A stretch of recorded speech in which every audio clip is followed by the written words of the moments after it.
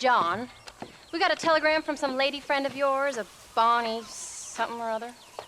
Something you ain't telling me? Bonnie McFarland. She's a friend. Saved my life when I went after Bill and nearly got myself killed again. Oh, and now you two's in the habit of sending each other letters. How very nice. It weren't nothing like that. What's it say? I don't know. I can't... Well, you know I can't read. Give it here. You read that thing out loud? I ain't hiding nothing. Dear Mr. Marston, stop. Need corn sacks. Stop. Emergency. Stop. Weevils and moths ate entire county supply. Stop. Can you help? Not exactly the most romantic request, now is it? I guess not. She saved your life, you say?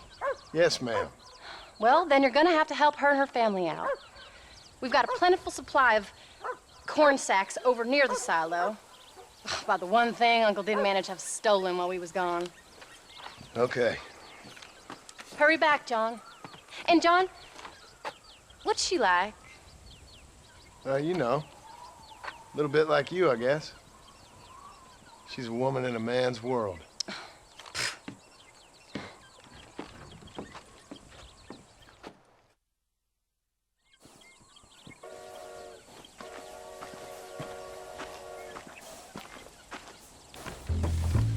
John, wait! Maybe I should meet this McFarland woman. Well, come on then. Let's get going.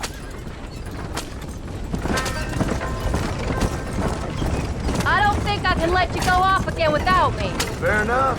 I'm glad of the company. You only had to ask. Ask? I was waiting for you to ask me. I thought you'd want to keep an eye on the boy. Oh, while you were off cavorting with cowgirls in the next county? I don't think so, John Marston. You only just got home. That Jack has seen enough of me for a lifetime. So, is she married? This Bonnie McFarland? No. What does she look like? I don't know. Pretty normal, I suppose. Normal? What? Normal like me? No. Normal as in 2 eyes, mouth, nose, that kind of normal. Besides, ain't no woman fine as you. A little flattery. Now we're finally getting somewhere. If you find yourself in a hole, the first thing to do is stop digging. Another pearl of wisdom from John Marston. I sure do miss those. I never took you for the jealous type, Abigail. I ain't jealous so much as curious. You heard what she wrote. It's just some corn. She saved my life, and she was decent enough to me, so I owe her this much at least. How did she save your life anyway? She found me half dead on the side of the road and took me to the doctor. Most folks would have left me there. Half dead from what? Bill didn't take so kindly to me visiting unannounced.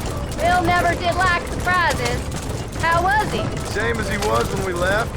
Angry and dumb, taking his revenge out on the world. People down there was really scared of him. Of Bill? You gotta be kidding me.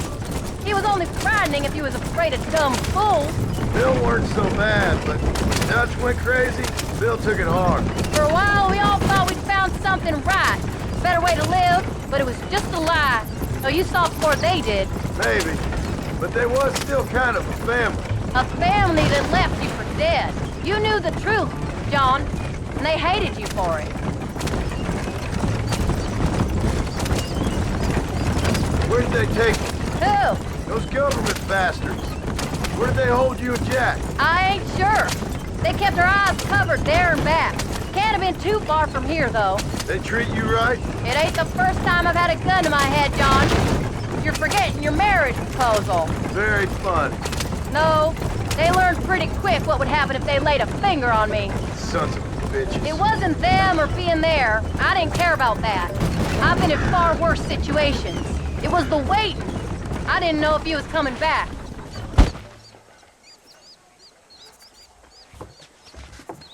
You came. Thank you so much. We lost the entire harvest. Miss McFarland, I'd like you to meet my wife, Abigail. Oh, ain't you quite the gentleman all of a sudden? It's a pleasure to meet you, Mrs. Marston. Likewise. Thank you for saving my husband's life, and for teaching the miserable goat some manners, among other things. I didn't teach him anything. I know better than to try to change a man. You should meet my father. Oh, people can change, Miss McFarland. John and I have to believe that more than anybody. This is a decent first harvest for you, John. You should be proud. That's good land you got there. How are you feeling, Mrs. Marston? From what your husband told me, it must have been awful for you. I've been through worse, and I knew he'd be back before too long. He can't cook a meal to save his life. Abigail, in my darkest hours, when I was most homesick, just the thought of one of your rat meat stews kept me pushing forward. Well, about as amusing as a weeping saddle sore, ain't he, Miss McFarland? If you're gonna start yammering about women's work, John, I'd say you might be in the wrong company. I'd say so, too. I never felt so outnumbered.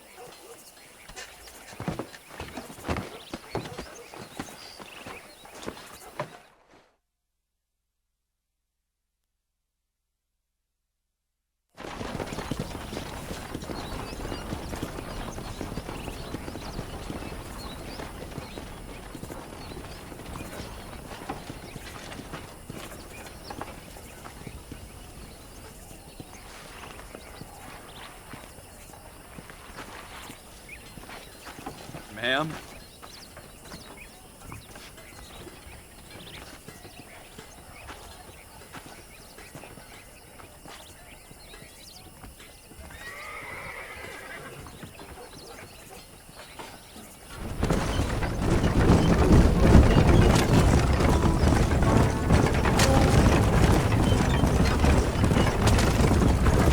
So that was the famous Bonnie. That was her, all right. She's pretty. She's normal, like I said. Well, you always wanted to be a rancher. I'd have thought she'd be just your thing. The perfect rancher's wife, if I ever saw one. I already got a rancher's wife. I'm only teasing. I like her, and I'm glad she saved your life. Most of the time, anyways. The McFarlands are good people. She did blush redder than a shepherd's sunset when she saw you, though. I have that effect on women. You've clearly had one too many blows to the head. You ain't wrong about that, Mrs. Marston. That's quite a ranch they got there. That'll be us someday. As soon as we get back on our feet. I don't know, John. How many times can we start again? An outlaw and a working girl. We ain't exactly farmers. We are now. Forget that life. It's over. Do you really believe that? We have to. It's the only way we'll ever have a future. The life we led, that doesn't go away. It's never over. You think those government men are just gonna leave us alone now? The old gang's dead. I did what they asked. And that's it? A life of crime forgiven? We're back together, ain't we? Until they decide you owe them something else. Sometimes I think I was the stupid one for believing I could get out. Maybe Dutch, Bill, and Javier were just being honest with themselves. You ain't perfect, John, and I sure ain't. But you're better than they are, than they were. Maybe we can't change.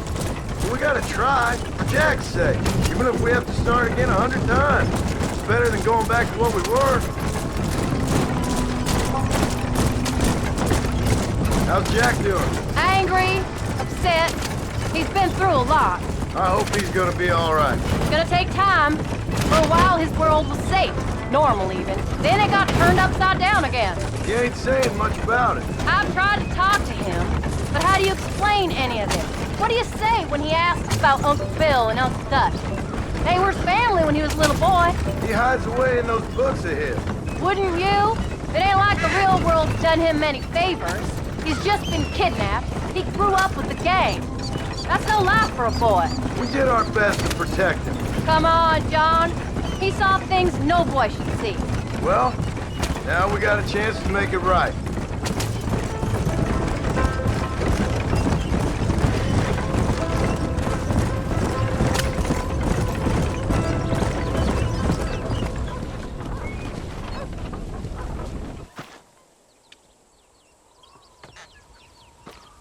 We did good today, John. I guess I better go fix us something to eat.